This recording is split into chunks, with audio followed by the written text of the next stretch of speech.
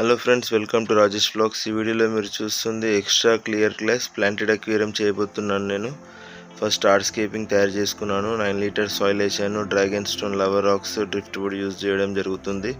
And ఇందులో నేను ఒక aquarium light and hang on filter use చేస్తున్నాను. ఒక 11 to 12 వెరైటీస్ ఆఫ్ ప్లాంట్స్ పెట్టడం జరిగింది.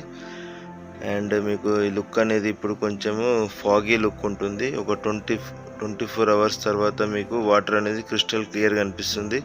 అండ్ ఫిషెస్ని మనం ఇమీడియట్గా యాడ్ చేయొద్దు, ఒక 1 వీక్ తర్వాత యాడ్ చేయాలి.